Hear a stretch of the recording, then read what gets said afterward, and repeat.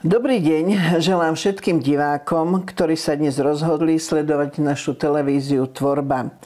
Dnes by sme sa chceli venovať etikete a jej pravidlám spoločenského správania. Základným pravidlom etikety je práve slušné správanie, ktoré je základom nášho každodenného života. Žiaľ, čoraz častejšie sa stretávame aj s prejavmi nevhodného, ba až neslušného správania. Preto sme sa rozhodli pozvať do nášho štúdia na slovo vzatú odborníčku. Dovolte mi privítať nášho dnešného hostia, doktorku Annu Šestákovú. Vítam vás, pani doktorka. Ďakujem. Ktorá sa dlhé roky venuje kultivácii osobnosti spoločenského správania, etikete a diplomatickému protokolu, sociálnej komunikácii a zručnostiam a tvorbe profesionálneho imidžu. Svoje vedomosti a znalosti nečerpala iba z odbornej literatúry, ale aj z osobných skúseností a poznatkov zvyklostí iných kultúr, ktoré nadobudla počas svojich pobytov a ciest nielen v Európe, ale aj v mnohých štátoch sveta, ako sú USA, Japonsko, Čína, India, Turecko a Izrael. Ale než začneme, nemožno si nevšimnúť, pani doktorka, vašu ľubozvučnú slovenčinu. Myslím, že neexistuje ale Slovák, ktorý by nepoznal nezabudnutelnú komédiu Pacho Hybský zbojník od Petra Jaroša, hybského rodáka. Nie ste náhodou aj vy z Hybe? Z Hýb, áno. Z Hýb. Áno, som rodom z Hýb a ešte si dovolím uviesť, po oteckovej línii som Chrobáková, Dobroslav Chrobák a jeho drak sa vracia. No, Dobroslav Chrobák, to bola povinná literatúra za mojich čias gymnaziálnych. Mám to všetko prečítané. Neviem, či to dneska študenti ešte vôbec vedia. Určite, niečo myslím, také. Že je maturitná otázka. Áno, je? No, áno. Tak to som rada. Takže moje korene sú tam. Detstvo pri starej mame sme trávili počas prázdnin v Hybiach a vždy sa tam rada vraciam. Pani doktorka, tak poďme k našej téme. Čo to vlastne je tá etiketa a etika? To sú dve rôzne slová. Kým etiketa, to je len taký slovník, vám teraz poviem, pôvodne z francúzského etiquette, zahŕňa pravidla správania. Etika je teoretickou vednou disciplínou o morálke. Alternatívne sa slovo etiketa používa ako označenie informatívneho štítku na obale rôznych výrobkov, napríklad na fľaši.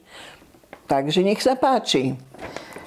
Ľudia si často zamieňajú tieto dva pojmy, tak ako ste povedali, etiketa je niečo iné. Je to súhrn pravidiel o správaní. Je to teda široký pojem. Etiketa vlastne dali jej život Francúzi začias kráľa Ludovita XIV, zvaného Slnko, ktorý tieto maniere na kráľovskom dvore uviedol do života a veľmi dbal o to, aby sa dodržiaval určitý poriadok napríklad pri stolovaní, určil zasadací poriadok, pri obliekaní, pri návštevách určité poradie a ten denný režim vždy vyvesovali na stenu, aby si dvorania to mohli prečítať. Záhradník vo Versajských záhradách ako prvý uviedol to slovo, dá sa povedať, do života etiket, starofrancúzske slovo, dal, lebo mu šlachta stúpala po trávnikoch, po kvetoch, tak zapichol tam cedulky, asi nestúpať, pozor, kvety. A je zaujímavé, že slovo etiketa Francúzi nepoužívajú. Používa to celý svet, ale Francúzi majú na to špeciálny výraz savoir de la vivre, ako umenie žiť. Áno. Ale vo svete tá etiketa sa udomácnila, proste používajú celý svet. A etika, ľudia si zamieňajú. Etika je, ako ste povedali, filozofická náuka, veda o mravnosti. Takže to je niečo celkom iné. Ale etiketa zahrňa v sebe, má v sebe aj tento morálny aspekt etiky. Lebo napríklad vedieť byť, správať sa v súlade s morálkou, to tiež patrí k dobrému správaniu. Tak v podstate na úvod by nám toto možno aj mohlo stačiť. Možno, že naši diváci si urobili jasno medzi pojmami etiketa a etika. Ale čo tak potrebujeme vôbec v súčasnej dobe etiketu a jej pravidlá spoločenského správania? Čo si myslíte? Potrebujeme to? No určite to potrebujeme, aj keď tá etiketa, jej pravidlá dnes sú už moderné, hovoríme o modernej etikete súčasného 21. storočia. Etiketa prešla svojim vývojom. To, čo sa používalo v správaní, povedzme, v minulom storočí alebo v stredoveku, každá spoločnosť mala svoje pravidlá, svoje normy. Dnes to už neplatí. Čiže niektoré pravidlá zanikli, niektoré prešli vývojom a niektoré nové nám pribudli. Ale určite pravidlá o správaní potrebujeme. Tak ako právo má svoje zákony, ktorými usmerňuje a riadi spoločnosť a ľudia sú povinní to držať, tak etiketa v tom svojom, v tých svojich pravidlách usmerňuje správanie ľudí v tom spoločenskom kontakte. Človek je sociálna bytosť a nemôže bez toho, proste to by bola anarchia, nemôže existovať tak, že by ako neprihliadal na druhých, aj keď vidíme, že veľa razy človek človeku je vlkom a nerešpektuje. Bohužiaľ. Etiketa svoje pravidlá si nemôže vynúcovať, tak ako právo, zákon. Áno, to je dané a človek to musí rešpektovať. Ak to nerešpektuje, zákon nectí, nesie dôsledky. Ale čo sa nám stane, ak nerešpektujeme pravidlá etikety, pravidlá správania, slušnosť, zdvorilosť? Čo sa nám stane? Dnes asi nič. No, človek sa sám vyčlení z určitej spoločnosti a sám musí niesť dôsledky. Alebo mu je to jedno a nenesie žiadne dôsledky. A správa sa, môžeme povedať, neslušne, nezdvorilo, dokonca amorálne, ale to už je o inom. Bohužiaľ, dnes spoločnosť vedie občanov k egoizmu, k totálnemu egoizmu. A myslím si, že to je aj takým dôvodom, že dnes v podstate naozaj mnohí sa tvária, že pre nich neplatí žiadne slušné správanie, alebo proste, že si má, ja neviem, dať čiapku dole, keď vojde do miestnosti. Mne sa napríklad stalo, že sedím v reštaurácii a vedľa mňa si sadne mladý muž a v čiapke, v šiltov, v tej americkej ešte k tomu golfovej, či jak sa to volá. A proste som čakala, že si tú čiapku dá dole. Ale keď nedal, tak som sa proste, nie že odvážila, ale považala som si to za povinnosť ho upozorniť na to, že teda mladý muž, ste v reštaurácii, poprosím vás čiapku dať dole. Čo si myslíte, urobila som správne alebo nie? Ja mám s tým tiež niekedy taký problém a potom si poviem, neviem, či treba takto tých ľudí vychovávať. Napríklad bežne. Základným pravidlom spoločenského správania a kontaktu medzi ľuďmi je pozdrav. Vyjdem z domu na ulicu, pozdravím susedovie chlapča, niekto odzdraví, niekto si nevšimne, neodzdraví, tak kedysi to tak bolo, ale ja mám taký pocit, že dnešní, teda budem hovoriť o mešťanoch, dnešní mešťania možno, že si myslia, že to je taký dedinský prežitok? Nie. V Základom správania a kontaktu medzi ľuďmi je pozdrav. Vidíme to aj v živočíšnej ríši. Ja hovorím, stretne sa psíček s druhým psom, zavrtia si chvostíkmi, pozdravia sa, zaštekajú. Na vidieku vinde krava z domu, na susedovie zabučí. A takže ten pozdrav všade vo svete, to je základom etikety. Všade vo svete. K pozdravu patrí podanie ruky. Sú krajiny, kde sa ruka nepodáva, ale ten pozdrav ostáva. A je to slušnosť. Nepozdraviť je neslušné. No, alebo neodpovedať na pozdrav je tiež ako prejav neslušnosti. Dneska sa to možno považuje za hrdinstvo. Ale hovorili sme, niečo ste spomínali o zákone. Nahrali ste mi, lebo pokiaľ ja viem, napríklad v Británii platia zákony, niektoré, nehovorím, že všetky, ale niektoré zákony ešte aj zo 17., 18., 19. storočia sú ako funkčné a riadia sa nimi, súdnictvo sa nimi riadi. Mohli by ste uviesť nejaký prípad, že aj v tejto našej etikete a etike ostalo niečo z toho, teda z tej histórie? Čím sa do dnešného dňa riadíme? Určite. Je napríklad rozdiel v tom správaní v krajinách, kde je monarchia, ako ste uviedli Anglicko. Tam tá etiketa, ona odjak živa bola taká prísnejšia, konzervatívna. Neviem, ako v dnešných, alebo dnes konkrétne, ako to je, ale na kráľovskom dvore je prísna. Áno, tam proste je nemysliteľné bez poučenia protokolistu ísť ku kráľovnej. Musí sa dodržať určité pravidlá sa dodržiavajú. U nás, keď hovoríte, určité pravidlá sa stratili, odišli. Napríklad v Rakúsko-Uhorsku bolo bežné boskávať ruku. Áno, boli tie tvrdšie pravidlá, obzvlášť šlachta a tá vyššia spoločnosť. Dnes, ak gentleman boská, dáme ruku, ale určite nie na ulici, ale pri určitých nejakých akciách a aktivitách spoločenských, tak je to normálne. Alebo pozdraviť, dáme ruky, boskávam, neurazíme sa. To som rada, že ste toto spomenuli, lebo ja si to ešte pamätám ako dieťa a dospievajúca som to bežne používala. Ruky boskávam. Áno, presne tak, že sme hovorili ruky boskávam. Áno.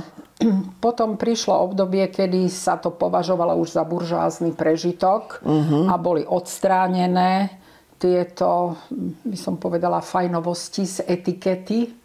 Ale napríklad aj dnes vidíme Spojené štáty. Napríklad tam idú v niektorých veciach do takého extrému v rámci emancipácie, že dámy odmietajú galantnosť mužov. Áno, že oni sú sebestačné, dať prednosť vo dverách dáme, povie, ale veď to nemusíte, áno, proste odmietajú tieto galantnosti. Kdežto v Európe je to zaužívané a patrí to do spoločenského správania k pravidlám, že ladies first. Som veľmi rada, že ste to spomenuli, lebo môj pobyt v Amerike bol presne taký, že som sa nevedela s tým tak vysporiadať, že v podstate mi nikto neotvoril dvere, nikto mi nepomohol do kabáta, nikto sa teda akože ma neuprednostnil v niečom, na čo som bola teda tu v Európe normálne zvyknutá.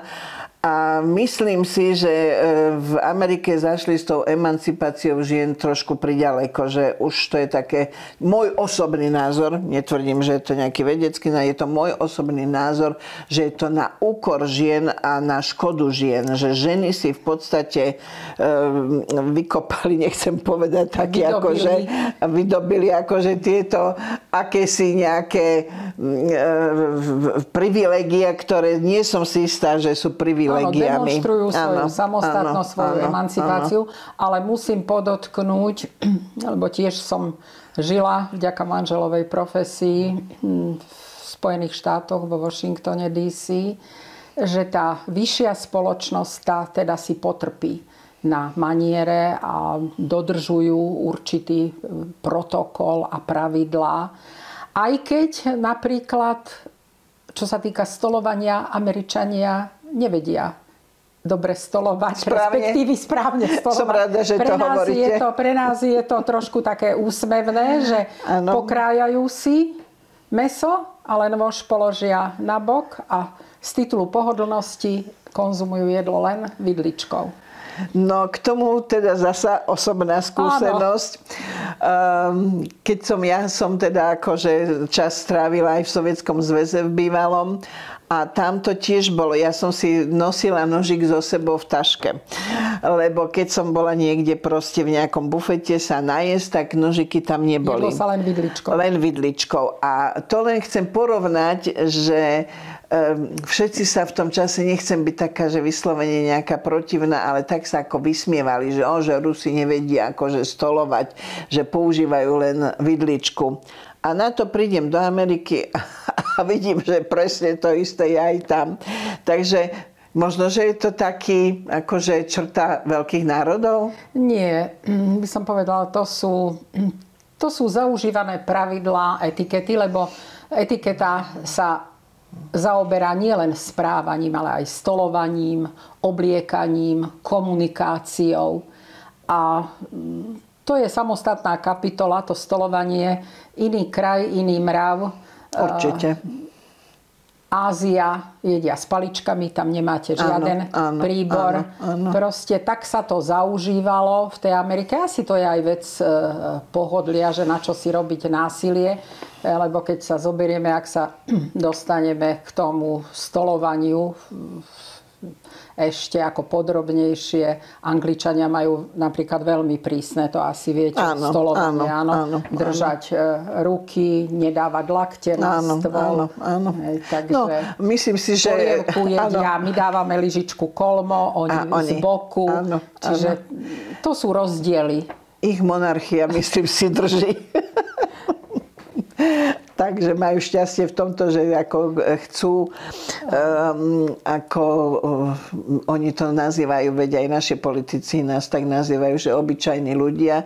A obyčajní ľudia chcú vyzerať ako tá šlachta a proste tam pri dvore kráľovskom. Takže možno, že to ich aj tak možno zachraňuje, že si udržiavajú tie pravidlá. Ale ono aj v minulosti sa tá etiketa rozlišovala v tom stredoveku, 17.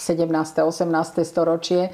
Tá francúzska etiketa tu prijala Európa. Áno, ona bola noblesná. Vieme, že veľké cárske Rusko, že pre nich francúzska etiketa, oni nekomunikovali po rusky, ale po francúzsky, móda francúzska, stolovanie, šperky. Kdežto tá anglická etiketa, ona bola veľmi prísna, taká proste oni, keď videli, že francúzske dámy šľachta nosia výstrihy, tak pre nich to bolo ako niečo také nemysliteľné. A porušenie určitých pravidiel, dokonca až morálky. Španielská etiketa, tá bola na tom ešte horšie, ešte tvrdšia, ešte prísnejšia. Áno. No, a týmto sme sa dostali v podstate k sociálnemu správaniu ľudí v spoločnosti, ktoré je rôznorodé. Inak sa správame v súkromí, inak v práci, na ulici, v reštaurácii, v divadle, v obchode, na úradoch a tak ďalej. Ako to vnímate vy? Vedia sa ľudia na Slovensku správať? Ovládajú pravidlá etikety? Čo mladí ľudia? Deti, žiaci, študenti? Čo si myslíte? Tak to je široká otázka a vyjadriť sa celkovo k tomu, to teda neviem, takto môžeme tak okrajovo sa môžeme dotknúť. Určite, každá spoločenská vrstva má teda svoje pravidlá. Inak sa správa človek v práci, inak v súkromí, inak v spoločnosti. Ale veľa razy sa, by som povedala, určité pravidlá prelínajú. Lebo slušnosť je slušnosť. Aj keď som doma, aj keď som na ulici, aj keď som v práci, proste to pravidlo nepustí. Tak ako matematici hovoria, matematika nepustí. Áno. Ak to vybočí z tej slušnosti, kto to poruší, nedodrží, tak sám sa z tej spoločnosti vyčleňuje. Sú firmy, mala som to šťastie, mojimi rukami prešli mnohí manažéri, bankári, veľkí firemní manažéri, podnikatelia. Mala som v rukách aj zo pár politikov v rámci svojich vzdelávacích aktivít. Dnes môžem povedať, že sú firmy, ktoré veľmi si podržia na tú biznis etiketu, majú svoj kódex, ako sa správať v tej firme, čiže to tvorí tú firemnú kultúru. To je ten imidž tej firmy, ktorú tvoria ľudia. Áno. A ako si to zariadi niektorá inštitúcia, či už je to banka alebo nejaký podnik, tak majú to oni v rukách a to je ich vizitka. A čo sa týka politickej scény, to tiež majú v rukách. Je to tiež vizitka. Vidíme, čo sa týka imidžu politikov, sú politici, ktorí teda nemajú chybu od topánok v oblečení až po teda viazanku. Sú politici, ktorí si, neviem, či nepotrpia, alebo cielene porušujú možno chcú vyzerať tak ľudovejšie. A idú tak, čo je, by som povedala, v oblečení nenáležité. Lebo to je asi tak, predstavte si, prídete do ordinácie k doktorovi, to je tiež predpísané oblečenie. A zrazu on by bol v joggingu, v teplákovej súprave a tak by vás ošetroval. Áno? Samozrejme. Čiže takisto robotník pri vysokej peci vo fabrike, ten nebude v bielom plášti alebo v obleku s viazankou. Čiže každá tá sociálna skupina podľa toho, čo a ako je pracovne, tí ľudia, ako sú zaradení, tak primerane sa musia aj obliecť, správať. Áno, vidíme napríklad celebrity, tak speváci majú svoj imidž, uvoľnený. Mládež, takisto ste sa pýtali, ako je to s mládežou. No s mládežou dnes tá etiketa je voľnejšia. Áno. Môžete byť slušne oblečení, nemusíte byť nejak ako upnutí. Je to imidž mladých ľudí, ale dôležité je, či sú čistí, či to oblečenie teda je čisté.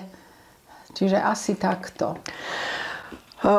Samozrejme, toto je veľmi široká téma. Tomu by sme sa mohli venovať hodiny. Dúfam, že sa nám podarí ešte k tejto téme každej tej dostať. Téme z etikety, samozrejme. Ale ja by som sa ešte chcela opýtať napríklad na zahraničie. Cestujeme do zahraničia. Niekto na dovolenku, niekto pracovne. Stretávame sa s inými kultúrami, vnímame rozdiely v správaní, v obliekaní, v stravovaní. Je potrebné ovládať etiketu iných krajín? Určite. Veľmi správne ste podotkli. Ľudia sú dnes rozcestovaní. Či už ideme súkromne na dovolenku, alebo pracovne. Nás zavedie pracovná, služobná cesta do úplne iných kultúr. A človek nemôže tam prísť a proste držať sa svojich pravidel. Musí rešpektovať kultúru a pravidlá daného štátu. Keď som bola v Japonsku, tak ma upozornili, ruka sa nepodáva, ale sa klania. Áno, a z toho kláňania som už častokrát mala také rôzne pocity, že už som sa aj, keď som stretla Slováka, už som sa mu pokláňala a hovorím, prepáčte, a podala som mu ruku.